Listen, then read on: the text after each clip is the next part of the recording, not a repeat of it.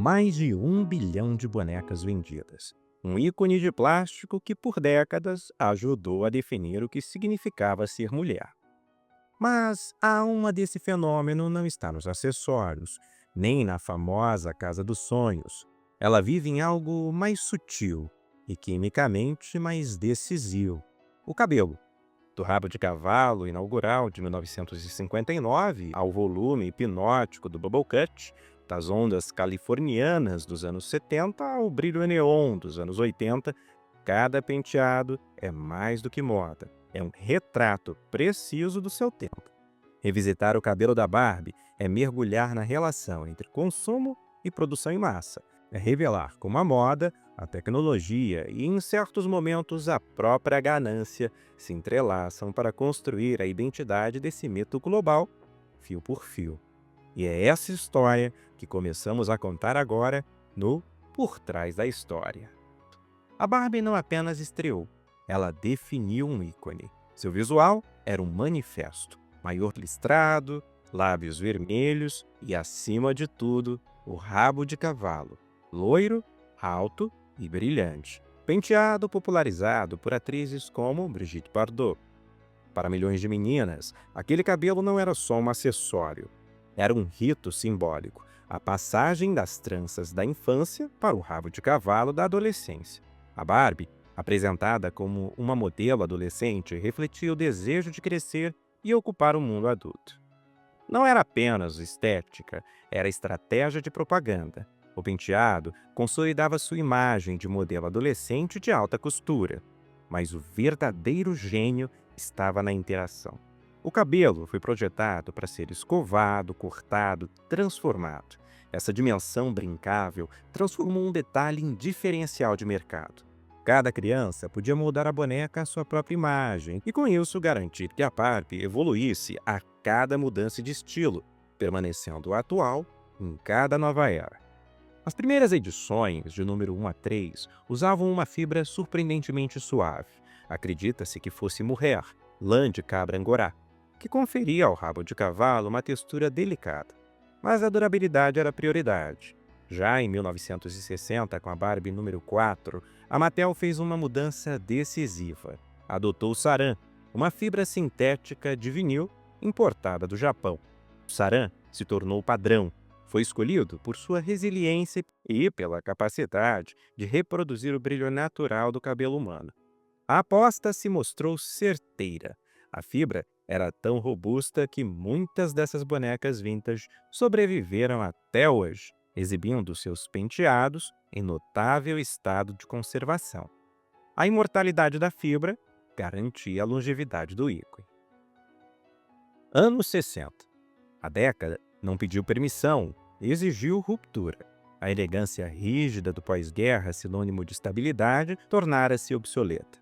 Uma juventude com poder de compra e voz política, marcada pelos movimentos civis e pelos protestos contra a Guerra do Vietnã, ansiava por liberdade e identidade própria. A moda foi seu uniforme, em saias, cores vibrantes, roupas unissex, símbolos de uma geração que rejeitava o formalismo dos pais. Nesse contexto, a Barbie também precisou mudar. O cabelo já não era adorno, mas declaração. Em 1961, a resposta veio de Paris. Alexandre de Paris, cabeleireiro das passarelas de alta costura, popularizou o corte Bubble Cut. A Mattel transformou a tendência em produto. O rabo de cavalo foi cortado. Em seu lugar, nasceu um corte curto, arredondado e volumoso, que traduzia com precisão os penteados buffet e colmeia das passarelas de Paris. Com ele, a Barbie não apenas acompanhava a moda, ela a legitimava. O cabelo tornou-se sua coroa, fixando-a no centro da vanguarda global do estilo. O Bubble Cut funcionava como um camaleão, variava em altura, cor e maquiagem, permitindo que a boneca evocasse uma estrela de cinema ou até lembrasse alguém da família. O penteado era uma tela em branco pronta para a projeção da imaginação. A influência de Alexandre de Paris foi além das passarelas. No início dos anos 60, ele ajudou a redefinir o status da peruca. O que antes era visto como disfarce ou necessidade médica transformou-se em acessório de moda. Vendidas em massa nas lojas de departamento, as perucas passaram a ser usadas sem constrangimento. Trocar de penteado ou de cor deixava de ser privilégio caro e socialmente condenado. De repente, a transformação se democratizava. Com perucas acessíveis e tintas de farmácia, a mulher podia reinventar sua identidade capilar com a mesma naturalidade com que trocava de roupa. O cabelo tornava-se o mais poderoso símbolo de mudança pessoal. A Barbie tornou-se a vitrine natural dessa revolução capilar. Em 1963, a Mattel lançou a Fashion Queen Barbie. O nome era um título e também uma promessa. Ela era a rainha da moda, capaz de se reinventar a cada troca de cabelo. Seu corpo vinha em maiô tomara que caia, dourado, mas o centro da inovação estava na cabeça moldada, pintada com fios curtos e acompanhada de 3 perucas distintas, um bubble cut loiro, um Chanel castanho e um coque ruivo. O kit democratizava a transformação. Em segundos, a boneca podia mudar radicalmente de identidade. A Fashion Queen provava que o poder de se reinventar já não estava em um salão exclusivo, mas nas mãos de qualquer criança. O entusiasmo pelas perucas não se limitou à Fashion Queen. No mesmo período, a Mattel apresentou o conjunto Barbie's Teenage Fashion Model Wig Wardrobe. O set era simples, mas engenhoso. Não trazia a boneca completa, apenas a cabeça moldada projetada para receber perucas de diferentes cores e estilos. Na prática, funcionava como um busto de cabeleireiro em miniatura. Pela primeira vez, a criança podia treinar penteados, trocar visuais e experimentar sem limites. A Barbie deixava de ser apenas uma modelo de moda para se tornar um verdadeiro laboratório de estilo pessoal. Em 1964, a Miss Barbie introduziu a característica mais revolucionária da década: pernas dobráveis. Pela primeira vez, a boneca podia sentar-se e flexionar-se com naturalidade, aproximando-se do realismo que o público esperava. A inovação não parou por aí. Os olhos que abriam e fechavam adicionavam uma nova camada de verossimilhança. A Barbie já não era apenas estática, ela ganhava movimento, expressão e presença. Paralelamente, a Mattel aprofundava a lógica das perucas. A ideia era clara: construir uma consciência capilar. O cabelo passava a ser entendido como fluido, mutável e, sobretudo, parte essencial da identidade em constante transformação. Fevereiro de 1965 marcou uma virada decisiva. A campanha Barbie Look apresentou ao público um novo estilo: o corte American Girl. Liso, reto e sofisticado, era o mesmo visual usado por ícones como Barbra Streisand e Liza Minnelli. Mas sua vida foi curta. O bob elegante, de comprimento único, limitava a brincadeira e logo se mostrou incompatível com a rapidez das mudanças culturais em meados dos anos 60, quando a moda juvenil e o estilo mod começavam a dominar. A verdadeira inovação surgiria em outra escala: permitir que cada criança se tornasse a própria estilista da boneca, mudando a cor do cabelo com um simples gesto. A revolução capilar da Barbie estava prestes a se tornar científica. A Mattel passou a explorar pigmentos solúveis aplicados a fibras sintéticas e o resultado foi a Barbie Color Magic. Junto com a Color Magic Barbie, a Mattel lançou os conjuntos Color & Co. Não era apenas uma boneca, era um laboratório em miniatura. A criança assumiu o papel de química capilar, capaz de alterar a cor e o estilo da Barbie em segundos. A transformação instantânea transformava o ato de brincar em experimentação, uma nova fronteira na interação entre produto, moda e ciência. Com uma solução transparente e não corrosiva, as crianças podiam alterar a cor do cabelo da boneca e, de forma crucial, restaurar o tom original com a mesma facilidade. Não era apenas truque de mágica, mas a promessa de reversibilidade. A transformação podia ser radical, mas nunca definitiva. Pela primeira vez, a Barbie oferecia domínio total sobre sua identidade, sem risco de erro. No fim da década de 60, o rock americano dava sinais de desgaste. A resposta veio da Inglaterra, a chamada invasão britânica, liderada por bandas como The Beatles e The Rolling Stones. Não apenas revitalizou o gênero, transformou-o em fenômeno global. A juventude passava a ditar os rumos da cultura. A Barbie absorveu essa energia. Em 1967, deixou para trás o glamour rígido do pós-guerra e renasceu como Twist and Turn. O rosto foi redesenhado para transmitir juventude, os cílios passaram a ser implantados e os cabelos, longos, soltos e lisos, simbolizavam a liberdade em sua forma mais pura. A boneca já não era só uma modelo elegante, tornava-se reflexo da rebeldia e da vitalidade que Londres exportava para o mundo. Nos anos 70, a juventude é dominada por uma nova onda, a contracultura. O movimento hippie clamava por liberdade individual e a valorização de um estilo de vida mais natural. A Califórnia, com seu sol e suas praias, torna-se o símbolo desse novo sonho americano. O visual exigia leveza, o cabelo longo e solto, naturalmente iluminado pelo sol, e uma pele bronzeada. A naturalidade era a nova ostentação. Tudo isso criou o terreno perfeito para a chegada da Barbie Malibu, em 1971. Ela marcou o corte definitivo com os penteados estruturados dos anos 60. A Malibu não trazia um corte, ela trazia uma atitude. Seus cabelos eram super longos, lisos e loiros, capturando o espírito solar e descomplicado da nova juventude californiana. Ela era o sol em forma de boneca, o ícone da naturalidade e do estilo West Coast. O uso do saran era mais do que uma escolha de fibra, era uma necessidade funcional. O material era crucial porque não embaraçava facilmente, o que era essencial para brincadeiras que envolviam água ou areia. O saran garantia que a Barbie mantivesse sua elegância, não importava o quão selvagem fosse a brincadeira. A resiliência estava na fibra. Em 1973, a Barbie Quick Curl não foi apenas um novo modelo, foi um avanço de material. A Mattel buscava tornar o cabelo mais interativo e estilizável, eliminando a necessidade de calor ou acessórios complexos. A inovação estava na engenharia da fibra. Microfios de nylon retorcido foram entremeados ao saran. Essa composição permitia que crianças modelassem cachos e enrolassem o cabelo de maneira fácil, usando apenas a escova. A introdução do nylon na produção não foi um acaso. Tratava-se de uma decisão estratégica. Até então, o saran dominava o mercado por sua resistência à água. Mas havia um problema. Ele não conseguia manter cachos firmes por muito tempo. Nylon surgiu como uma alternativa. Oferecia uma textura lisa e maleável e, sobretudo, a capacidade de sustentar a forma quando modelado. Era uma mudança silenciosa, mas com implicações claras para a indústria, redefinindo padrões, tanto estéticos quanto funcionais. O nylon parecia à primeira vista a resposta definitiva para os desafios técnicos. Mas a moda é volátil e a indústria dos brinquedos não existe isolada dela.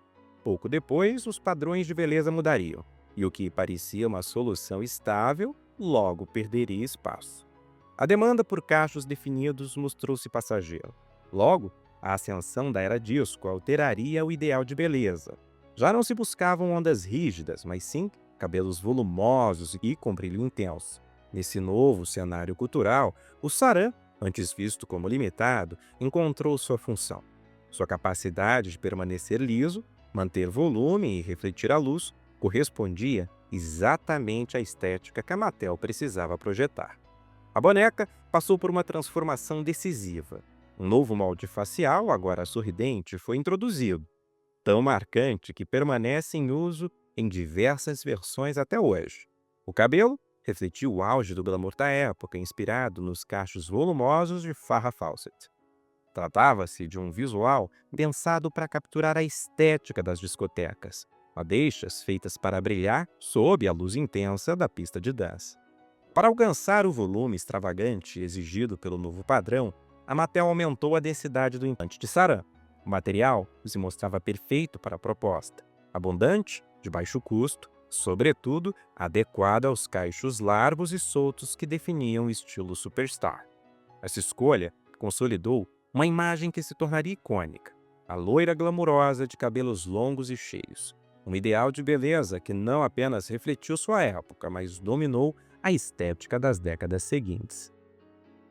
O lançamento da primeira Barbie negra em 1980 marcou um ponto de inflexão na história da Mattel. Pela primeira vez, A boneca não era apresentada como uma amiga da protagonista, como ocorrera com a Christie no final da década de 60. Ela carregava o próprio nome Barbie e trazia uma representação negra central na linha. Embora personagens não caucasianos já tivessem aparecido, a novidade estava no simbolismo e no visual. Se a Superstar Christie de 1977 refletia o padrão glamouroso dos cabelos longos e volumosos, a Barbie negra de 1980 inaugurava outra referência: o cabelo afro, curto e crespo. Mais do que uma escolha estética, tratava-se de um marco cultural. Pela primeira vez, a noção de cabelo bonito passava a reconhecer e legitimar estilos afro dentro de um dos brinquedos mais influentes do mundo.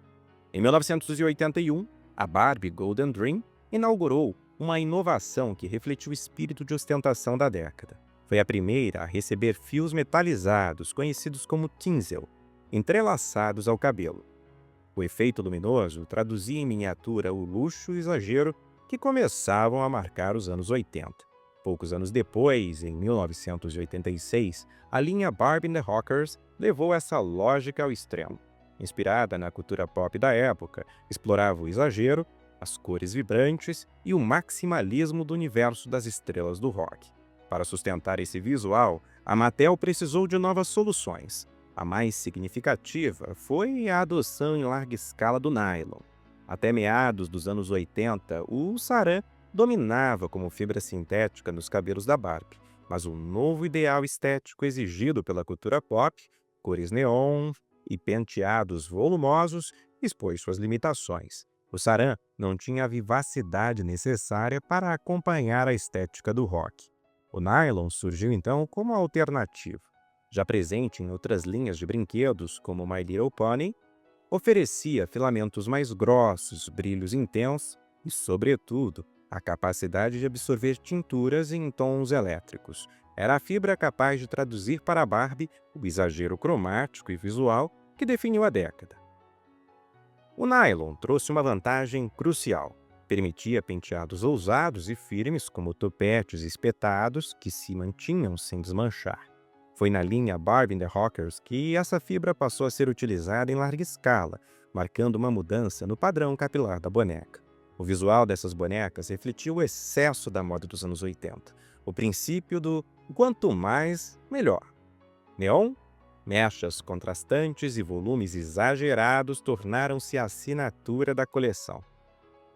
Em 1992, a Barbie Totally Hair estabeleceu um marco. Seu cabelo foi o grande protagonista, transformando-a na boneca mais vendida da história. Mais de 10 milhões de unidades comercializadas em todo o mundo. O conceito explorava a obsessão dos anos 90 por cabelos longos e estilizados. A boneca vinha acompanhada de gel e acessórios, incentivando o faça você mesmo e permitindo que crianças criassem penteados personalizados. Para viabilizar a produção em escala, a Mattel recorreu a uma fibra específica, o Kanekalon. Com ela, era possível oferecer cabelos extra longos, volumosos e, ao mesmo tempo, reduzir os custos. A decisão já havia sido tomada no final dos anos 80, quando a empresa adotou a fibra em massa para quase toda a linha Playline. O resultado foi uma padronização quase absoluta. Cerca de 98% das Barbies lançadas nos anos 90 usaram essa fibra. O Kanekalon é uma fibra acrílica muito mais barata e fácil de produzir em massa do que o saran, que era o padrão anterior. O Kanekalon tem fios mais grossos e volumosos. Isso permitiu a Mattel oferecer a abundância de cabelo necessária para a Totally Hair, sem comprometer o lucro. A adoção maciça dessa nova fibra, embora essencial para o sucesso comercial da Totally Hair e para viabilizar o comprimento extraordinário de seus fios, trouxe consequências percebidas rapidamente pelos colecionadores. A fibra macia ao primeiro contato revelou fragilidades com o tempo. Tendia a ressecar e tornar-se áspera e volumosa em excesso após repetido manuseio. Em comparação ao saran clássico, mais estável e duradouro, o Kanekalon apresentava um desempenho inferior. Desembaraçar os fios era tarefa difícil e, não raro, esse desafio resultava em um destino comum para muitas Barbies na década de 90. Cabelos cortados pelas próprias crianças que, diante dos nós persistentes, recorriam à tesoura. A febre pelos cabelos extra-longos, impulsionadas pelo sucesso sem precedentes da Totally Hair Barbie, em 92, passou a ditar a estética capilar da Mattel ao longo de toda a década de 90. O impacto foi imediato e se estendeu a diversas outras linhas de bonecas. O apelo era direto: explorar a obsessão infantil por pentear, trançar e até cortar cabelo de boneca. Para entender essa demanda, a Mattel levou o conceito ao limite, produzindo modelos com fios em comprimentos que desafiavam qualquer noção de realismo, mas que ampliavam o potencial de brincadeira e reforçavam a tendência. A busca por cabelos cada vez mais longos atingiu seu ápice em meados dos anos 90. Em 95, a Barbie Jill Hair Mermaid superou a marca da Totally Hair, exibindo fios que chegavam a 30 centímetros de comprimento, um feito sem precedentes na linha. Em 94, a Barbie Cutting Style trouxe outro recurso inovador. Ela vinha acompanhada de extensões presas por velcro que podiam ser cortadas com tesouras e recolocadas, permitindo simular transformações radicais sem comprometer a boneca. A proposta respondia a um desejo recorrente das crianças: experimentar cortes ousados no cabelo das Barbies. Em 1993, a Hollywood Hair Barbie quebrou o padrão da década ao trazer de volta o sarã. Em uma era marcada pelo uso quase exclusivo do canicolon, essa decisão tinha uma justificativa técnica. Apenas o sarã permitia o tratamento químico necessário para que os fios mudassem de cor quando aplicados com spray incluso na linha. Após a explosão em volume conquistada nos anos 90, o canicolon revelou suas fragilidades. A fibra garantia impacto visual, mas sacrificou a qualidade percebida. Foi aí que a Mattel enfrentou a pressão de novas concorrentes, em especial as Bratz, lançadas no início dos anos 2000, que chegavam ao mercado com cabelos claramente mais macios, sedosos e bonitos. A resposta não poderia se limitar à quantidade. A evolução daquele período voltou-se para a melhoria dos materiais e para a sofisticação dos estilos capilares, numa tentativa de recuperar a percepção de qualidade e manter a Barbie competitiva diante de um mercado cada vez mais exigente. A linha Barbie Fashion Fever, lançada em meados de 2004, marcou uma fase de refinamento nos cabelos da Barbie. Depois de uma década dominada pelo canicolon, houve um retorno consistente ao sarã em muitas edições. A fibra clássica trouxe de volta a maciez e a durabilidade que haviam sido sacrificadas nos anos 90. O visual dessas bonecas seguia a tradição dos fios extra-longos, mas com um acabamento mais sofisticado. Cortes modernos, com franjas laterais volumosas e mechas discretamente coloridas em tons de rosa ou roxo, refletiam as tendências pop rock do início dos anos 2000. Era uma atualização estética que buscava reconectar a Barbie às linguagens da moda contemporânea, sem abrir mão do apelo lúdico de seus cabelos.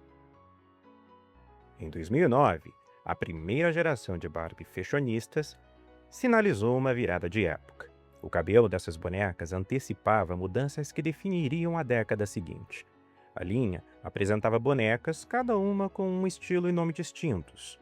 Isso foi um prenúncio da explosão de diversidade que ocorreria na década seguinte. Ali já se notava o surgimento de cores mais fantasiosas, que estavam ganhando aceitação na moda real, sendo frequentemente vistas em artistas pop e no estilo emo da época. Embora a linha Fashion Fever já tivesse introduzido mechas coloridas, a linha fashionista elevou isso a um novo patamar, com Barbies aparecendo com cabelos de cores diversas, sem que isso fosse necessariamente uma edição fantasia. Era simplesmente moda. Esses lançamentos funcionaram como um prenúncio da explosão de diversidade que marcaria os anos 2010, quando a Barbie passaria a refletir com mais intensidade a pluralidade de estilos e identidades do público.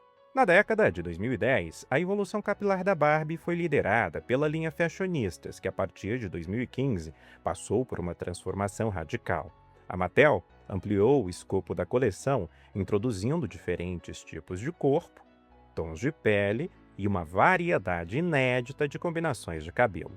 Pela primeira vez, surgiram de forma consistente bonecas com cabelos crespos, cacheados e afros volumosos, não apenas ondas discretas. Para atingir essas texturas, a empresa utilizou fibras sintéticas, em especial saran, submetidas a processos de permanente que garantiam a forma dos cachos e o volume do afro. A Barbie também passou a incorporar estilos que antes eram raros ou inexistentes na linha principal, aproximando-se das tendências mais ousadas da moda. Em 2011, o filme Barbie e as Sapatilhas Mágicas, a personagem apareceu com uma lateral raspada no estilo sidecut, evidenciando até onde a linha havia avançado em diversidade. No final da década, contudo, uma decisão de custo afetou a qualidade percebida. Na linha Playline, de orçamento mais baixo, a Mattel passou a empregar o polipropileno. A fibra é a mais barata disponível, mas também a mais criticada. Seu brilho excessivo, a textura rígida e a facilidade de embaraçar a tornaram conhecida entre os colecionadores como a pior fibra já usada no cabelo da Barbie. Nos anos 2020, a Mattel deu passos que ampliaram ainda mais o alcance da representatividade. Em 2020, a linha Fashionistas apresentou a primeira Barbie careca, criada para representar meninas com alopécia ou em tratamento de quimioterapia. O lançamento marcou um avanço importante ao afirmar que a beleza da boneca podia existir independentemente do cabelo. Logo a seguir, a Barbie Extra Deluxe retomou a tradição dos fios extra-longos em versão multicolorida. Mas o impacto foi negativo entre colecionadores. A boneca utilizava polipropileno, fibra considerada inferior, descrita como impossível de pentear e de fácil embaraço. Paralelamente, houve progressos técnicos importantes. Uma limitação histórica do saran era a dificuldade em segurar cores fantasia. Esse obstáculo foi superado recentemente. Em 2024, bonecas sereias chegaram ao mercado com cabelos em tons vibrantes, produzidos com saran, demonstrando que a fibra clássica continua sendo versátil e capaz de acompanhar as demandas estéticas contemporâneas. O rabo de cavalo de 1959 não foi apenas um penteado, ele se tornou um símbolo, tão forte que voltou a ser referência em Barbie, o filme de 2023, quando Margot Robbie reviveu aquele primeiro gesto de estilo. Entre esses dois momentos, se desenha uma linha do tempo de mais de 6 décadas, em que cada fibra, cada corte e cada cor contaram não só a história de uma boneca, mas também de uma sociedade em transformação. Hoje, a Barbie já não precisa caber em um molde único. Ela pode usar o cabelo em um Black Power, em tons vibrantes, ou simplesmente não ter cabelo. Da rigidez de um único padrão à liberdade de infinitas possibilidades, a Barbie continua sendo um espelho de seu tempo. E talvez essa seja a maior revolução: mostrar que a beleza não está no cabelo que se vê, mas no mundo que se reflete através dele.